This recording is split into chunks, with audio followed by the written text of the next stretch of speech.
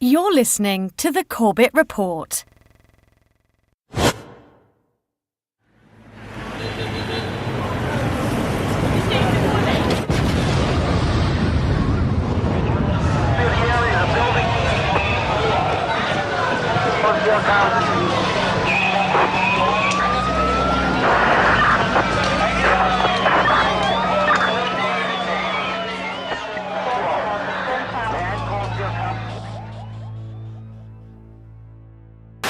Al-Qaeda terrorist, September the 11th. Al-Qaeda, 9/11 hijackers, jihadist, terrorist organizations. Terror attack. Bin Laden. September 11th. Terrorist. The self-confessed mastermind. Osama bin Laden, the leader of Al-Qaeda. Al-Qaeda. Terrible new terrorist organization. September 11th. Our enemy is a radical network of terrorists and every government that supports them.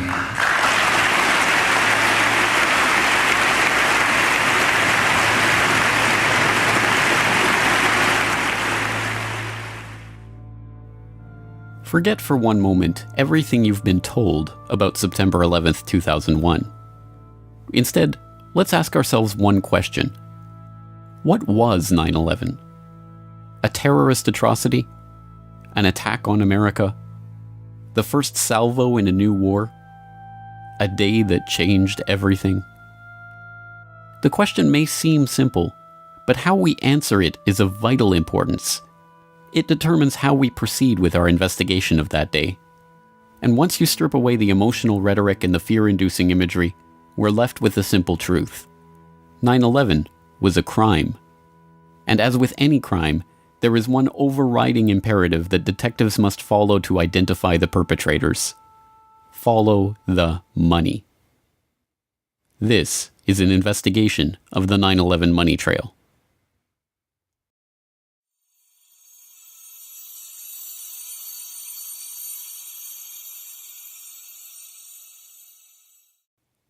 In 1998, the Port Authority of New York and New Jersey agreed to privatize the World Trade Center, the complex of office towers in Lower Manhattan that they had owned and operated since their construction in 1973.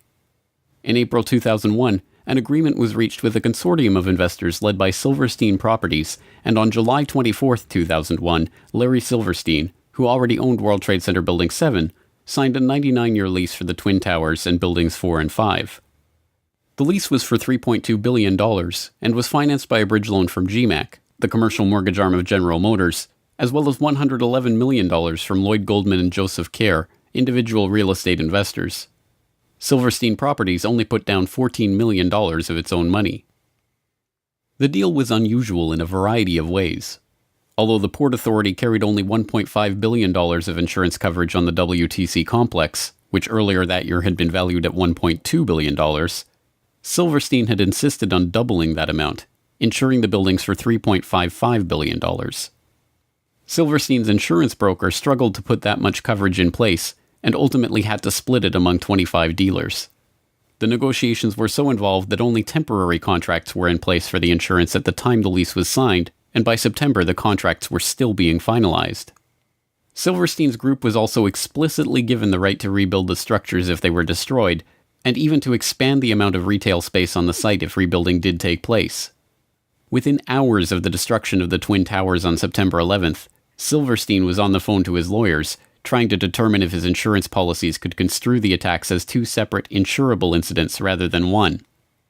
Silverstein spent years in the courts attempting to win $7.1 billion from his $3.55 billion insurance policy, and in 2007 walked away with $4.55 billion, the largest single insurance settlement ever. As soon as the deal was announced, Silverstein sued United and American Airlines for a further $3.5 billion for their negligence in the 9/11 attacks, a claim that was struck down by the courts but is still on appeal. Perhaps even more outrageously, in a secret deal in 2003, the Port Authority agreed to pay back 80% of their initial equity in the lease, but allowed the Silverstein Group to maintain control of the site. The deal gave Silverstein, Goldman, and Kerr $98 million of the $125 million they put down on the lease, and a further $130 million in insurance proceeds that were earmarked for the site's rebuilding. In the end, Silverstein profited from the 9/11 attacks to the tune of $4.5 billion and counting. But that's the 9/11 insurance heist you saw. There was a much deeper, more complex, and well-hidden heist that was taking place behind closed doors on September 11th, 2001, deep in the heart of the World Trade Center itself. Marsh & McLennan is a diversified risk, insurance, and professional services firm with over $13 billion in annual revenue and 57,000 employees. In September of 2001, 2,000 of those employees worked in Marsh's offices in the World Trade Center. Marsh occupied floors 93 to 100 of the North Tower, the exact area of the impact and explosion. In the year prior to 9/11, Marsh had contracted with Silverstream Software to create an electronic connection between Marsh and its clients for the purpose of creating paperless transactions.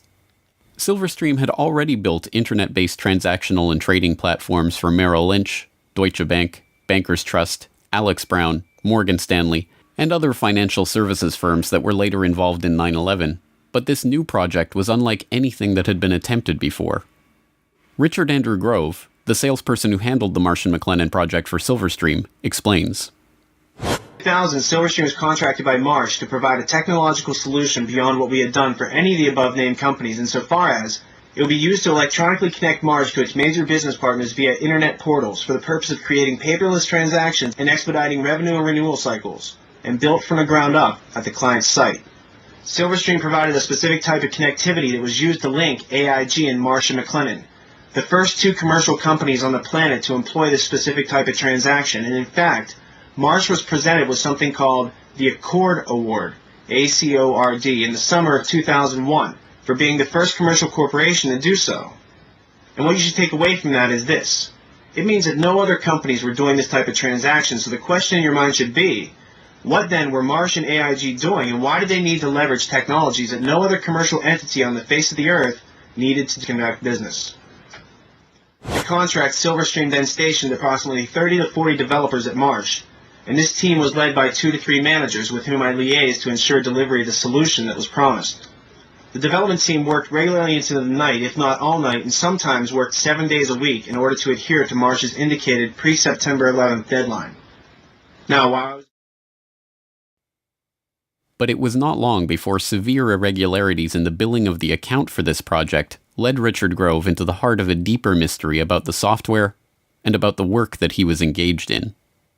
Fiscal anomalies with respect to the Marsh.com project when I was in a meeting on the 98th floor in October of 2000 with a gentleman named Gary Lasko. Gary was Marsh's North American Chief Information Officer, and that particular afternoon a colleague and I helped him identify about $10 million in suspicious purchase orders after I had recognized that certain vendors were deceiving Marsh and specifically appeared to be selling Marsh large quantities of hardware that were not necessary, as this was later confirmed by Gary. In the spring of 2000, I brought my concerns up to executives inside of Silverstream and I was urged to keep quiet and mind my own business.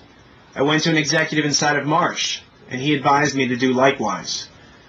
But then, I mentioned it to a few executives at Marsh who I could trust, like Gary Lasko, and Catherine Lee, Ken Rice, Richard Bruhart, and John Olthofer, people who became likewise concerned that something untoward was going on.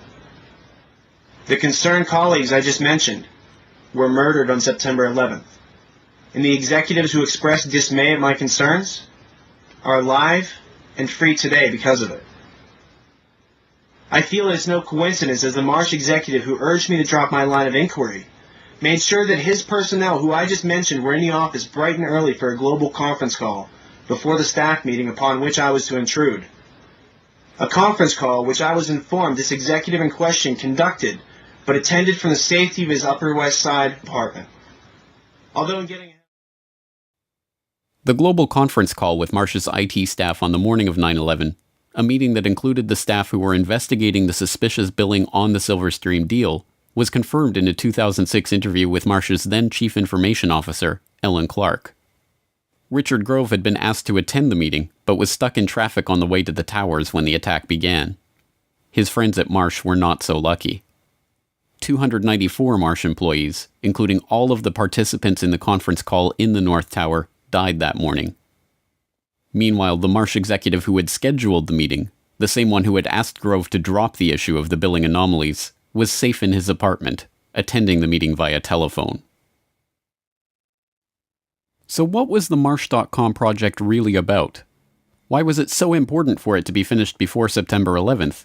And what kind of transactions did it enable?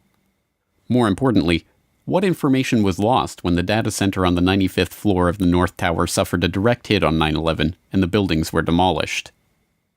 A partial answer comes from reports that emerged in late 2001 that a German firm, Convar, had been hired to reconstruct financial data from the hard disks recovered at Ground Zero.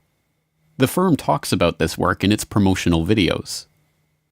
September the 11th, 2001. The whole world is in shock following the attacks on the World Trade Center. Convar has some solutions to offer.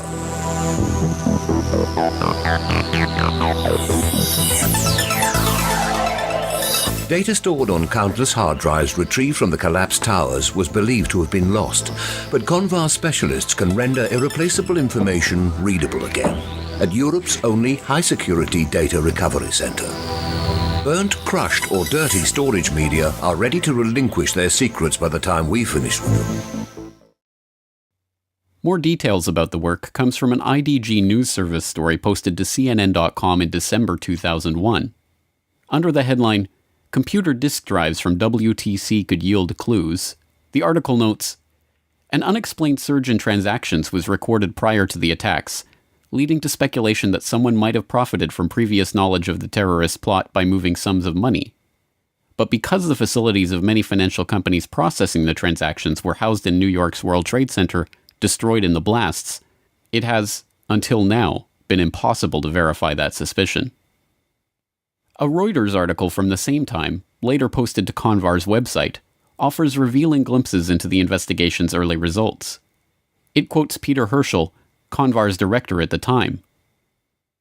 "The suspicion is that inside information about the attacks was used to send financial transaction commands and authorizations in the belief that amid all the chaos the criminals would have, at the very least, a good head start.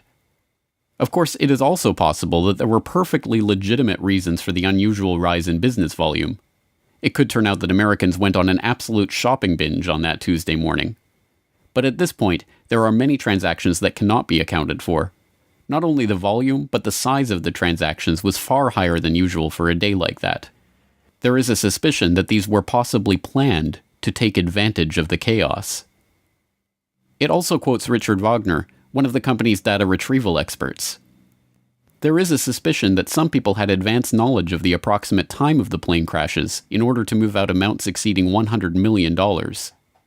They thought that the records of their transactions could not be traced after the mainframes were destroyed."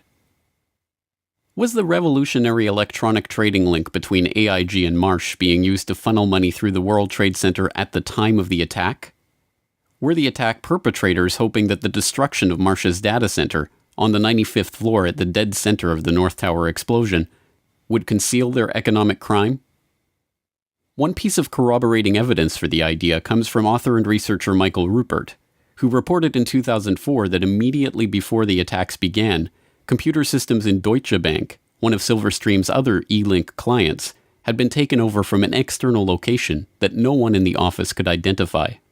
Within, I would guess, I'd have to go back and look at the book, but it was no more than a week after the attacks. I was being contacted by a lot of people from inside official sources who were raising a lot of questions. This one particular person was extremely credible. They absolutely convinced me they had been an employee of Deutsche Bank in the Twin Towers.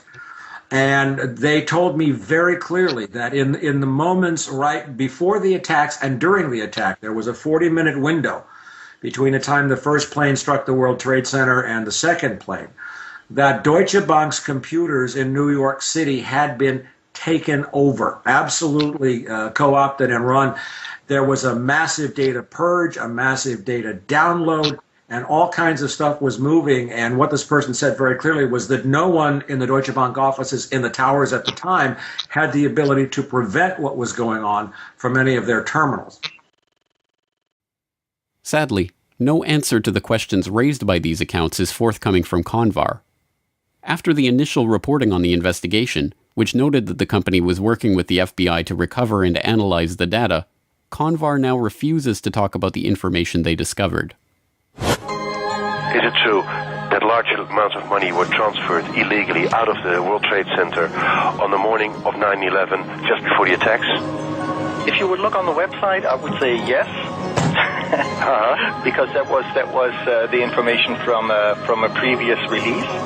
If you would ask me today, I would need to tell you that I could not give you any additional information about that. I'm really sorry. At the time of 9/11, Marsh's chief of risk management was Paul Bremer, the former managing director of Kissinger and Associates, who went on to oversee the U.S. occupation of Iraq. On the morning of 9/11, he was not in his office at Marsh & McLennan, but at NBC's TV studio, where he was delivering the official story of the attack. It's Paul Bremer. I want to make sure I'm getting your name right because I'm just meeting you just at this moment. You're a terrorism expert. Counterterrorism, I hope. And can talk to us a little bit about who could.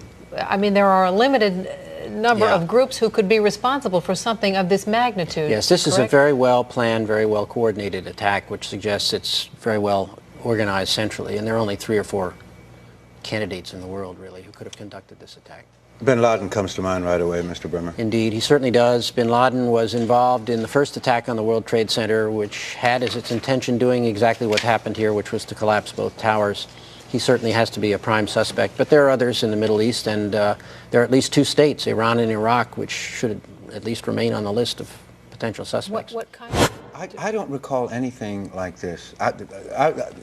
Pearl Harbor happened a month before I was born, and I hear my parents talk about that as a seminal event in their lives all the time. I am not aware of anything like this in the United States before. Americans are now, I think it's fair to say, really scared.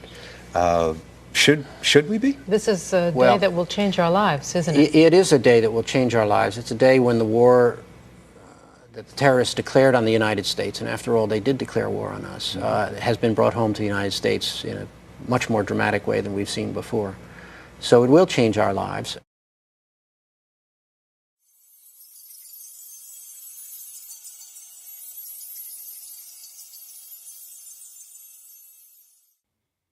On September 12, 2001, before the dust had even settled on Ground Zero, the Securities and Exchange Commission opened an investigation into a chilling proposition: that an unknown group of traders with advanced knowledge of the 9/11 plot had made millions betting against the companies involved in the attacks. What many Wall Street analysts believe is that the terrorists made bets that a number of stocks would see their prices fall. They did so by buying what are called puts. If you bet right, the rewards can be huge. The risks are also huge, unless, of course, you know something bad is going to happen to the company you're betting against. This could very well be insider trading at the worst, most horrific, most evil use you've ever seen in your entire life. One example, United Airlines. The Thursday before the attack, more than 2,000 contracts betting that the stock would go down were purchased. 90 times more in one day than in 3 weeks. When the markets reopened, United stock dropped. The price of the contracts soared, and someone may have made a lot of money fast. $180,000 turns into $2.4 million when that plane hits the World Trade Center. It's almost the same story with American Airlines. That's a 5-fold increase in the value of what was a $337,000 trade on Monday. All of a sudden becomes what? $1.8 million. And there's much more, including an extraordinarily high number of bets against Morgan Stanley and Marsh & McLennan, 2 of the World Trade Center's biggest tenants. Could this be a coincidence? This would be one of the most extraordinary coincidences in the history of mankind if it was a coincidence. Although the put options on American and United Airlines are usually cited in reference to the 9/11 insider trading, these trades only represent a fraction of the suspicious trades leading up to the attack. Between August 20th and September 10th, abnormally large spikes in put option activity appeared in trades involving dozens of different companies whose stocks plunged after the attack, including Boeing, Merrill Lynch, JP Morgan, Citigroup, Bank of America, Morgan Stanley, Munich Re, and the AXA Group. Traders weren't just betting against the companies whose stocks dove after 9/11, however. There was also a 6-fold increase in call options on the stock of defense contractor Raytheon on the day before 9/11. The options allowed the traders to buy Raytheon stock at $25, within a week of the attack, as the American military began deploying the Raytheon-supplied Tomahawk missiles they would eventually use in the invasion of Afghanistan, the company's share price had shot up 37% to over $34. The SEC weren't the only ones interested in this particular 9/11 money trail either. Investigations into potential insider trading before the attacks were opened by authorities around the globe, from Belgium to France to Germany to Switzerland to Japan. It wasn't long before this global financial manhunt started yielding clues on the trail of the terror traders. On September 17th, Italian Foreign Minister Antonio Martino, addressing Italian Consob's own investigation into potential 9/11 trading, said, "I think there are terrorist states and organizations behind speculation on the international markets." By September 24th, the Belgian finance minister was confident enough to publicly announce Belgium's strong suspicions that British markets may have been used for transactions. The president of Germany's central bank was the most adamant. "What we found makes us sure that people connected to the terrorists must have been trying to profit from this tragedy." These foreign leaders were not alone in their conviction that insider trading had taken place. University of Chicago finance professor George Constantinides, Columbia University law professor John Coffey, Duke University law professor James Cox, and other academics, as well as well-known options traders like John Najarian, all expressed their belief that investors had traded on advanced knowledge of the attacks. The scale of the SEC investigation was unprecedented, examining over 9.5 million securities transactions, including stocks and options in 103 different companies trading in 7 markets, 32 exchange-traded funds, and stock indices. The probe drew on the assistance of the legal and compliance staff of the 20 largest trading firms and the regulatory authorities in 10 foreign governments. The Commission coordinated its investigation with the FBI, the Department of Justice, and the Department of the Treasury. The results of this investigation? We have not developed any evidence suggesting that those who had advanced knowledge of the September 11th attacks traded on the basis of that information. Although this sounds like the investigation did not find evidence of insider trading, a second look reveals the trick. They are not saying that there was no insider trading, only that there is no evidence that those who had advanced knowledge of the September 11th attacks participated in such trading. But this begs the question, who had that advanced knowledge, and how did the SEC determine this? The 9/11 Commission report begs the question even more blatantly in their treatment of the anomalous put option activity on United Airlines stock on September 6th. 95% of the puts were placed by a single US-based institutional investor with no conceivable ties to Al-Qaeda. Again, it is taken as a foregone conclusion that a lack of ties to Al-Qaeda means there could not have been advanced knowledge of the attack, even if the evidence shows that insider trading took place. To be sure, insider trading almost certainly did take place in the weeks before 9/11. Although some have used the Commission report to conclude that the story was debunked, the intervening years have seen the release of not one, not two, but 3 separate scientific papers concluding with high probability that the anomalous trading was the result of advanced knowledge. In Unusual Option Market Activity in the Terrorist Attacks of September 11, 2001, University of Chicago professor Alan Podeshman concluded, "Examination of the option trading leading up to September 11th reveals that there was an unusually high level of put buying. This finding is consistent with informed investors having traded options in advance of the attacks." In Detecting Abnormal Trading Activities in Option Markets, researchers at the University of Zurich used econometric methods to confirm unusual put option activity on the stocks of key airlines, banks, and reinsurers in the weeks prior to 9/11. And in Was There Abnormal Trading in the S&P 500 Index Options Prior to the September 11th Attacks, a team of researchers concluded that abnormal activity in the S&P Index Options market around the time of the attack is consistent with insiders anticipating the 9/11 attacks. The only question, then, is who was profiting from these trades, and why was no one ever indicted for their participation in them? One lead is pursued by researcher and author Kevin Ryan.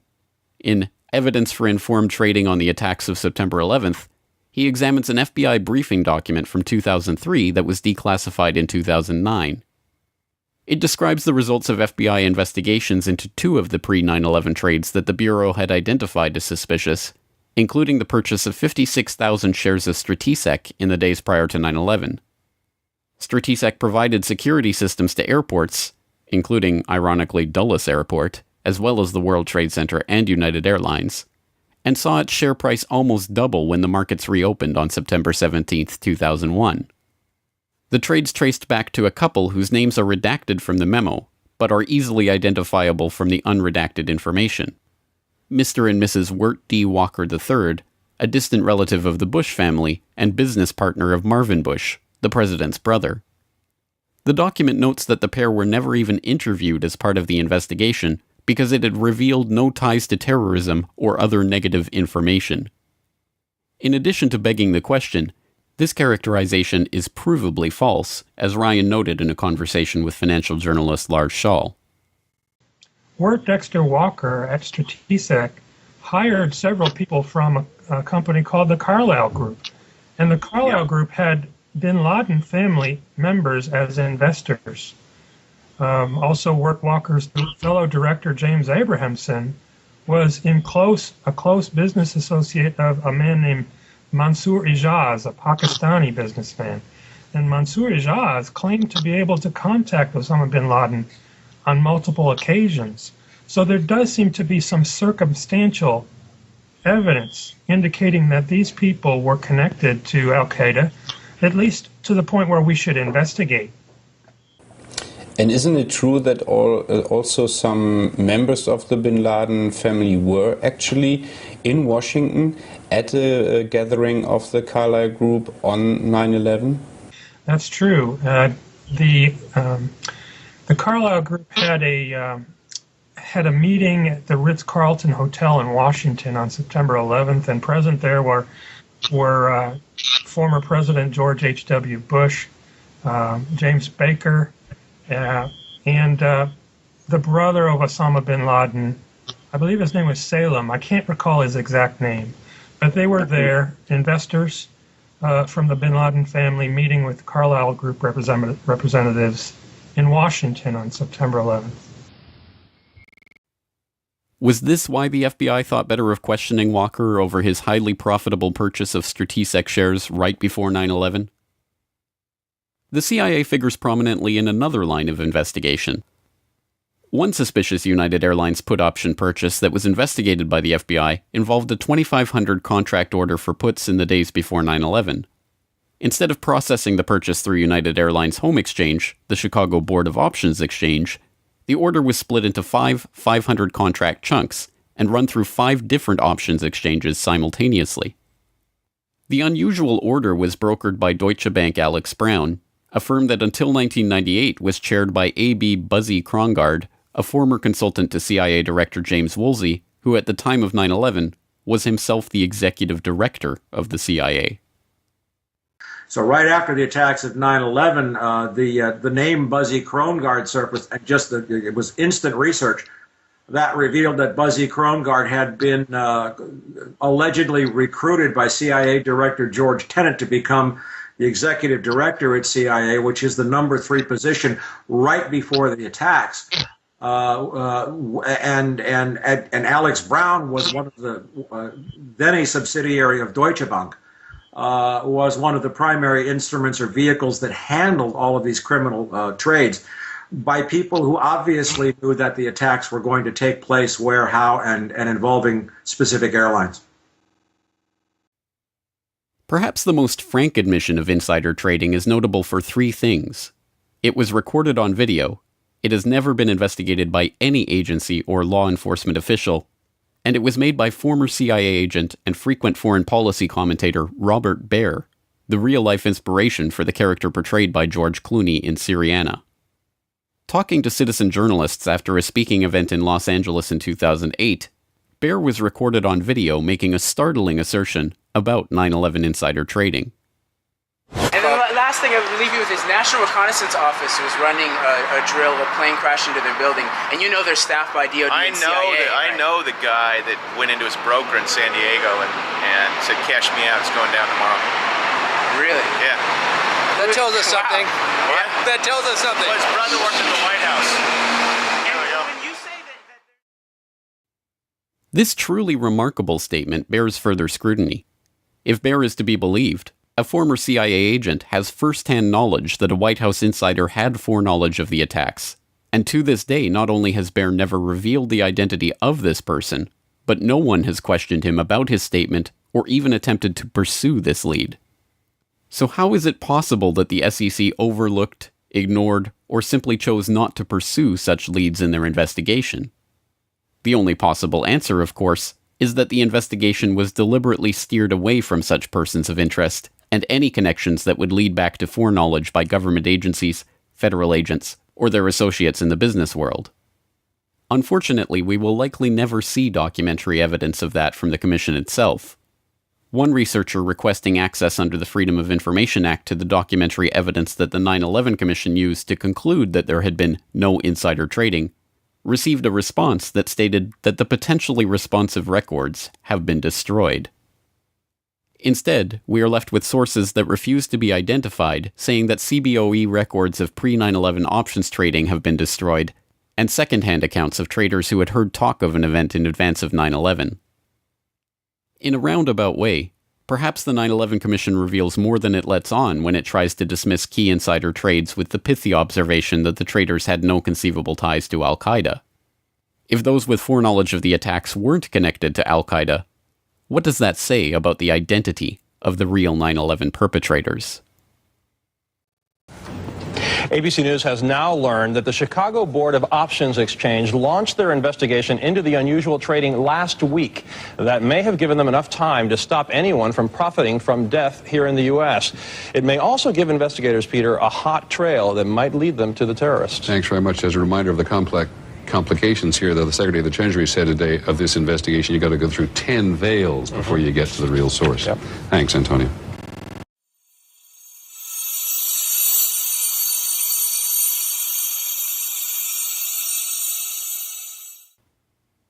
P-Tech was a Quincy, Massachusetts-based company specializing in enterprise architecture software, a type of powerful computer modeling program that allows large-scale organizations to map their systems and employees and to monitor them in real time.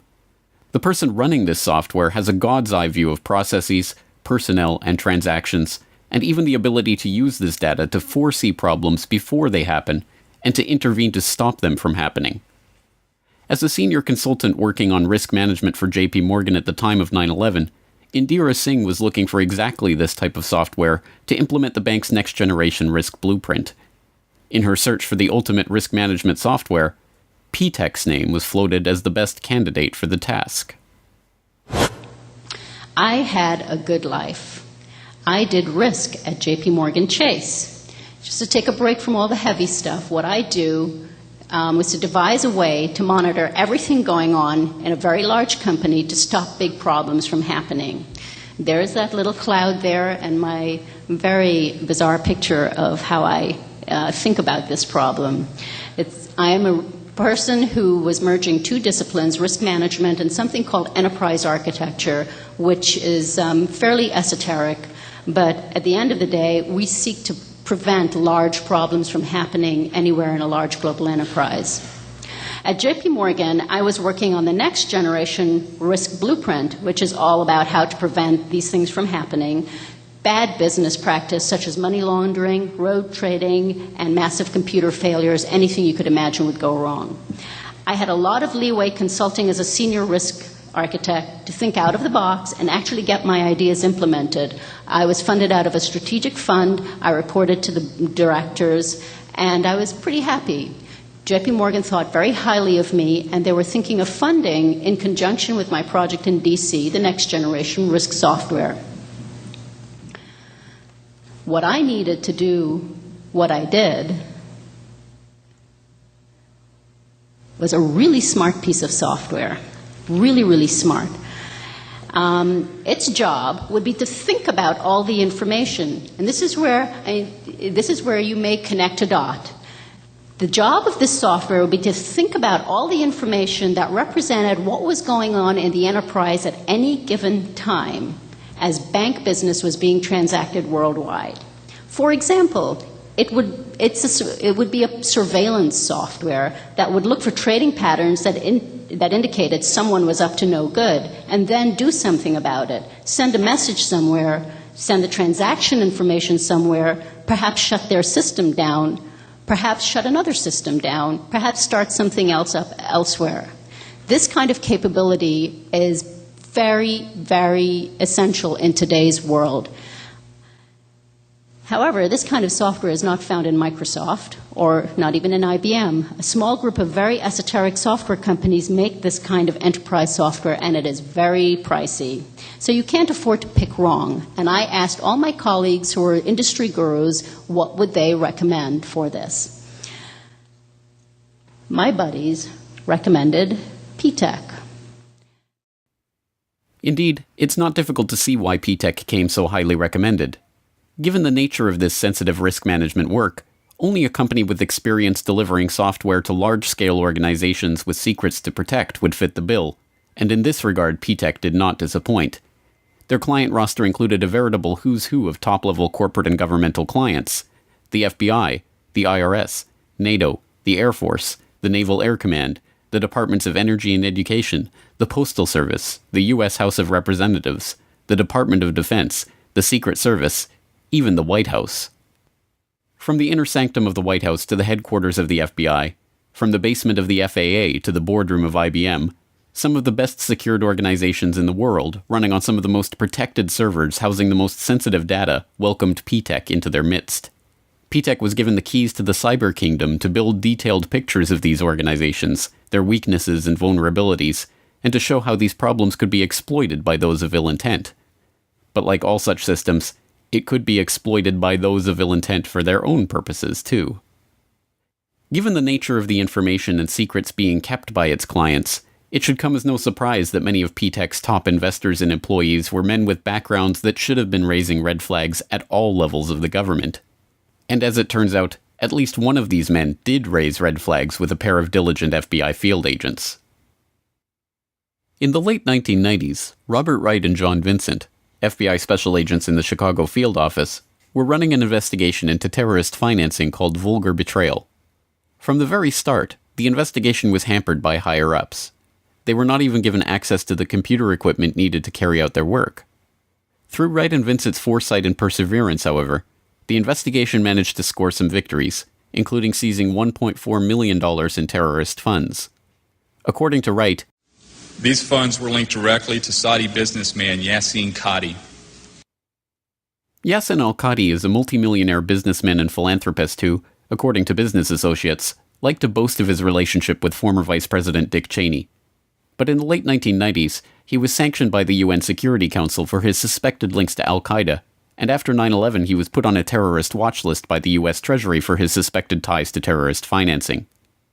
During the 1990s, as Vulgar Betrayal was being thwarted from opening a criminal investigation into his activities, the Qadi-backed investment firm Sarmony Limited became an angel investor to a software startup called P-TECH, providing $5 million of the initial $20 million of capital that got P-TECH off the ground. At the time, P-TECH's CEO denied that al-Qadi had any involvement with the company other than his initial investment, but the FBI now maintains he was lying, and that in fact al-Qadi continued investing millions of dollars in the company through various fronts and investment vehicles. Company insiders told FBI officials that they were flown to Saudi Arabia to meet P-TECH's investors in 1999, and that al-Qadi was introduced as one of the owners. It has also been reported that Hussein Ibrahim, P-TECH's chief scientist, was al-Qadi's representative at P-TECH, and al-Qadi's lawyers have admitted that al-Qadi's representatives may have continued to sit on P-TECH's board even after 9/11. Ibrahim himself was a former president of BMI, a New Jersey-based real estate investment firm that was also one of the initial investors in P-TECH and provided financing for P-TECH's founding loan. P-TECH leased office space and computer equipment from BMI, and BMI shared office space in New Jersey with Qadi International, owned and operated by none other than Yassin al-Qadi. In 2003, counterterrorism czar Richard Clarke said, BMI held itself out publicly as a financial services provider for Muslims in the United States. Its investor list suggests the possibility this facade was just a cover to conceal terrorist support. Suhail Lahir was P-TECH's chief architect. When he wasn't writing the software that would provide P-TECH with detailed operational blueprints of the most sensitive agencies in the US government, he was writing articles in praise of Islamic holy war. He was also fond of quoting Abdullah Azzam, Osama bin Laden's mentor and the head of Maktab al-Khidmat, which was the precursor to al-Qaeda. That such an unlikely cast of characters were given access to some of the most sensitive agencies in the US federal government is startling enough. That they were operating software that allowed them to map, analyze, and access every process and operation within these agencies for the purpose of finding systemic weak points is equally startling. Most disturbing of all, though, is the connection between P-TECH and the very agencies that so remarkably failed in their duty to protect the American public on September 11th, 2001. Could you describe the relationship of P-TECH with the FAA? Now, P-TECH worked with the FAA for several years, didn't they? They worked the FAA. It was a joint project between P-TECH and MITRE, and they were looking at, it's interesting, they were looking at basically holes in the FAA's interoperability with responding with other agencies, law enforcement, in the case of an emergency such as a hijacking. So they were looking for the escalation process, what people would do, how they would respond in case of an emergency, and find the holes and make recommendations to fix it. Now, if anyone was in a position to understand where the holes were, P-TECH was, and that's exactly the point. And if anybody was in a position to write software to take advantage of those holes, it would have been P-TECH. Now, was there a reference to P-TECH having operated in the basement out of the FAA? Yes.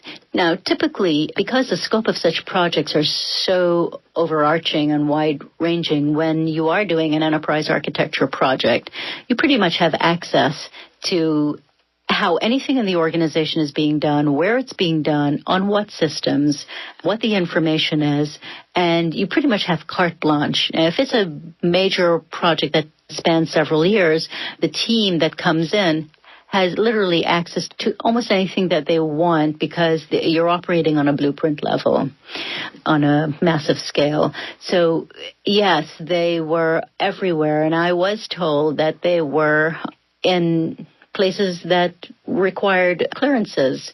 I was told that they had log-on access to FAA flight control computers. I was told that they had passwords to many computers that you may not on the surface think has anything to do with finding out holes in the system. But let's say you've said, okay, you isolated a part of a process, of a notification process that was mediated by a computer, and you wanted to investigate it further, then you would typically get log-on access to that computer. And from that, back upstream or downstream. So who knows? You know, from my own experience, I could have access to almost anything I wanted to in JP Morgan Chase. And didn't, for the reason if anything went wrong, I didn't want to have the access. But if you were up to no good as an enterprise architect with such a mandate, you typically could have anything you wanted. So who was really behind P-TECH? Did Ziadi, Ibrahim, and the others somehow evade the due diligence of all of the government agencies and multinational corporations that P-TECH contracted with? Did P-TECH just happen to end up working on the interoperability of the FAA and the Pentagon systems on the morning of 9/11? Did al-Qadi's friend Dick Cheney really know nothing of Qadi's connections or activities? Was this all some devious al-Qaeda plot to infiltrate key systems and agencies of the US government? Not according to the people who were really investigating the company. So what did the 9/11 Commission have to say about P-TECH? Absolutely nothing. The co-chair of the commission, Thomas Kane, had been involved in a $24 million real estate transaction with BMI, one of the P-TECH investors, but no mention was made of that at the time, and the commission never looked into P-TECH or its activities on 9/11. Meanwhile, Cheney's friend al-Qadi has since been removed from the Swiss, European, UN Security Council, and US Treasury terrorist sanctions lists. And Robert Wright? After Vulgar Betrayal was shut down, the FBI did eventually raid P-TECH's offices in December of 2002, but not before the company was given 2 weeks advance warning of the raid. The very next day, then Homeland Security Chief Tom Ridge declared that P-TECH in no way jeopardizes the security of the country. Osama Ziadi is still wanted by the FBI for lying about al-Qadi's involvement with the company, but the case is now cold. To the families and victims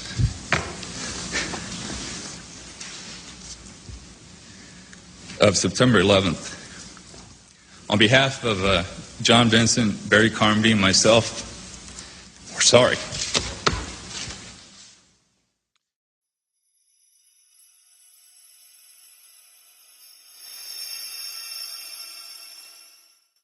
The topic today is an adversary that poses a threat, serious threat to the security of the United States of America.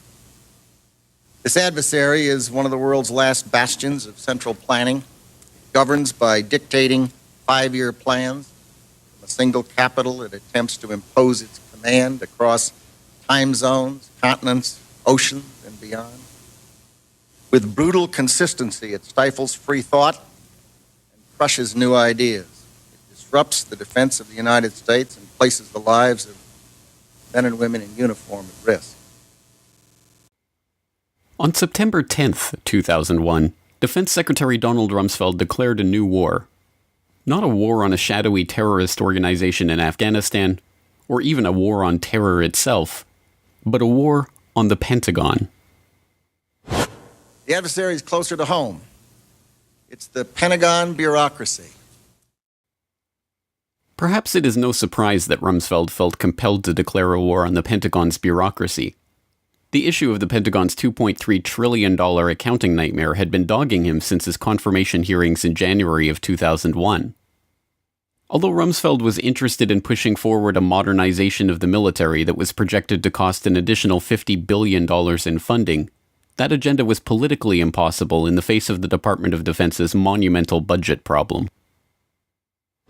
How can we seriously consider a $50 billion increase in the defense budget when DOD's own auditors say the department cannot account for $2.3 trillion in transactions in 1 year alone? Now, my question to you is, Mr. Secretary, what do you plan to do about this? Decline the nomination.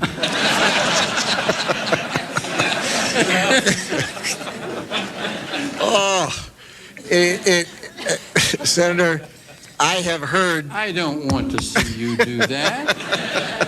We'll stand adjourned in that case. Senator, I have heard some of that and read some of that, that the department is not capable of auditing its books. It is... I was going to say terrifying. Terrifying only begins to describe the problem. The Department of Defense's own Inspector General report for fiscal year 1999 noted that the Defense Finance and Accounting Service had processed $7.6 trillion of department-level accounting entries in that year. Of that amount, only $3.5 trillion could be properly accounted for.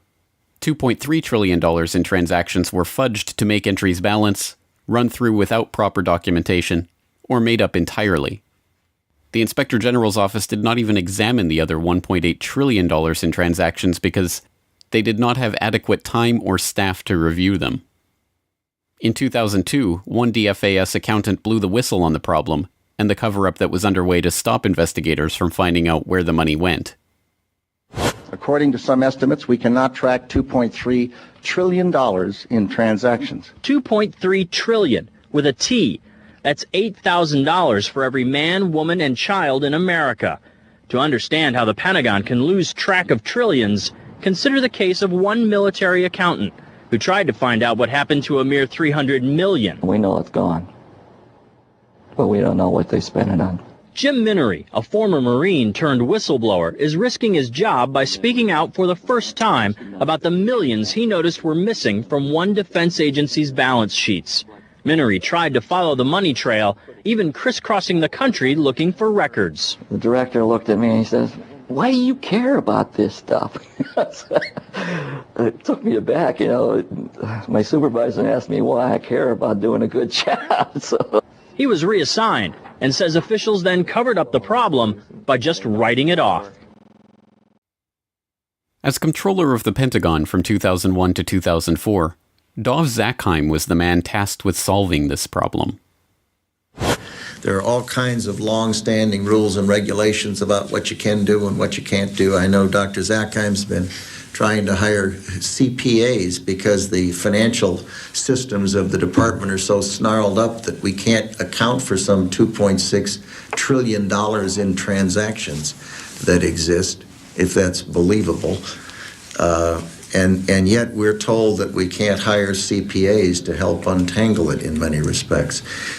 Mr. Secretary, the first time and the last time that Dov Zakheim and I broke bread together, he told me you'd have a handle on that $2.6 trillion by now, but we'll discuss that a little. We've got a handle, it's just a little hot. From 1987 to 2001, Zakheim headed SPC International, a subsidiary of System Planning Corporation, a defense contractor providing air warfare, cybersecurity, and advanced military electronics to the Department of Defense and DARPA.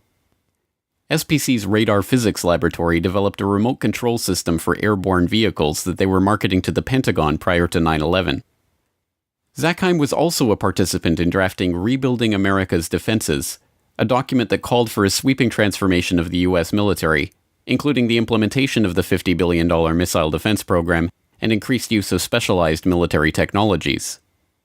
The paper even noted how advanced forms of biological warfare that can target specific genotypes may transform biological warfare from the realm of terror to a politically useful tool.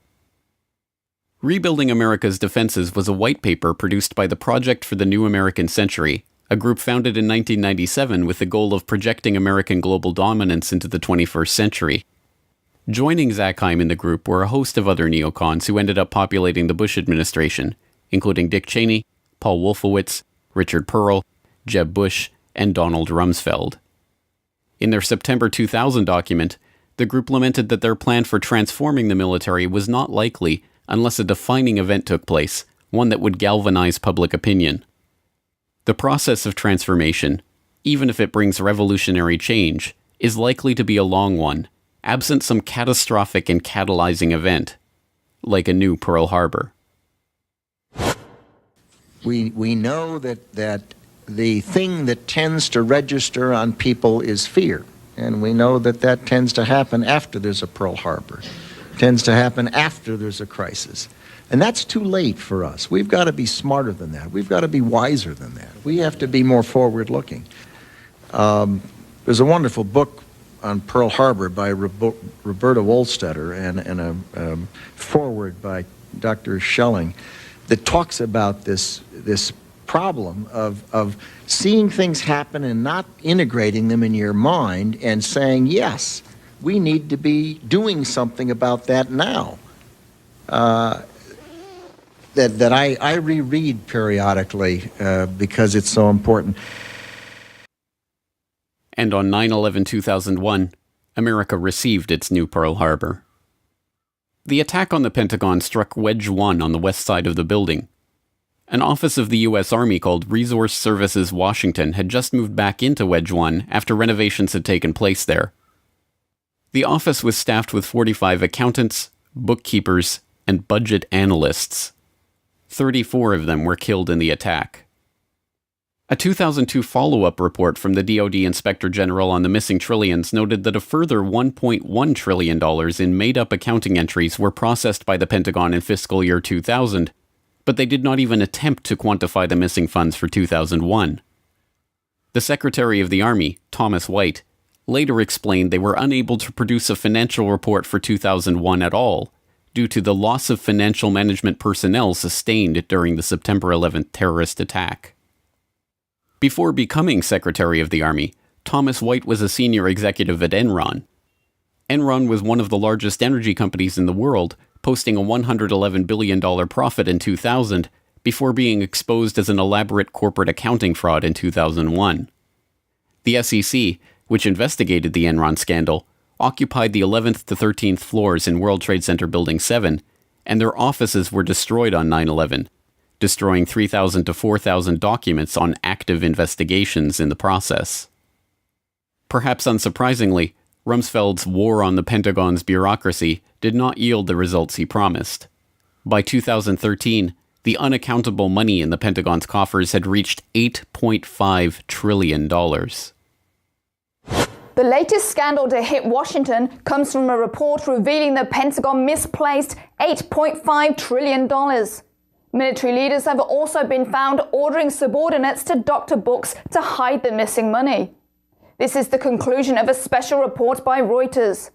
One former Pentagon employee, Linda Woodford, said she spent 15 years there falsifying financial records. Woodford had a job checking Navy accounting records against figures supplied by the Treasury Department. She said money was missing from the report every month. And national security expert Steve Miles is here with me to help us crunch these numbers. $8.5 trillion unaccounted for. It's a lot of money. This is the kind of thing that you would think would bring Capitol Hill to a screeching halt. There'd be hearings kind of almost daily. You'd have various committees looking into it. None of that. It just leads to massive waste, and there can be all sorts of fraud that you don't know about. Just one example, when the Inspector General looked at Iraq, which was, a lot of money, but in the grand scheme, just a portion of the money the U.S. spends. What they found was about $50 billion of the money the U.S. spent there was wasted, and about $6 billion was completely lost. They had no idea where it went. It was completely unaccounted for. But put that in perspective, that's about this amount of money that other countries would spend on their defense in a year total. And that's just the loose pocket change that we lost in the couch.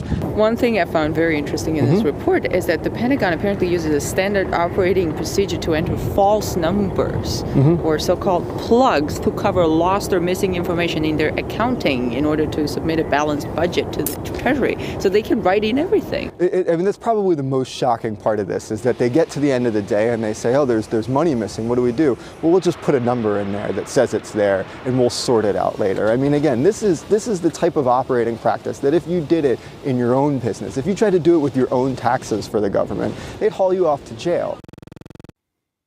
But then, given that the trillions have never been accounted for, and given that American defense spending soared to record levels after the attack, perhaps Rumsfeld's war on the Pentagon, the one he announced on September 10th, was successful after all. And perhaps September 11th was the key battle in that war. Some might ask, how in the world could the Secretary of Defense attack the Pentagon in front of its people? To them I reply, I have no desire to attack the Pentagon. I want to liberate it.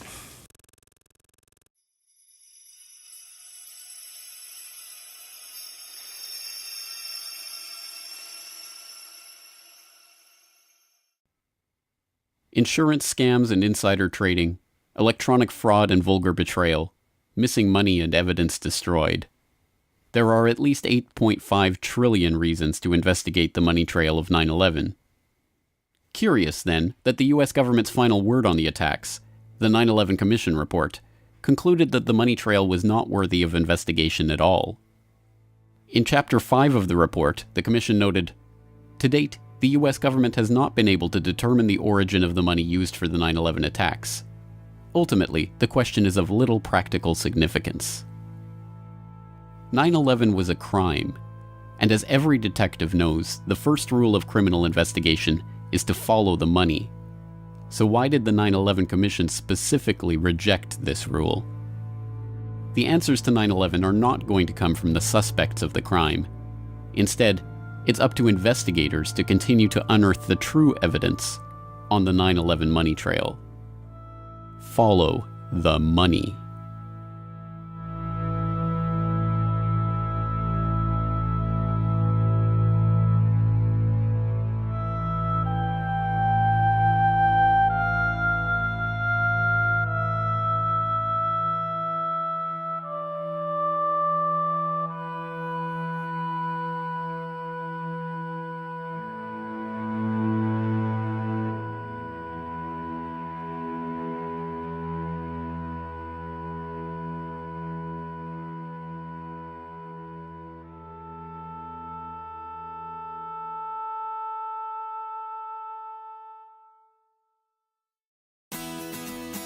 The Corbett Report is brought to you by the Corbett Report subscriber, a weekly newsletter featuring James Corbett's International Forecaster editorial, recommended reading and viewing, discounts on Corbett Report DVDs, and once a month, a subscriber-only video.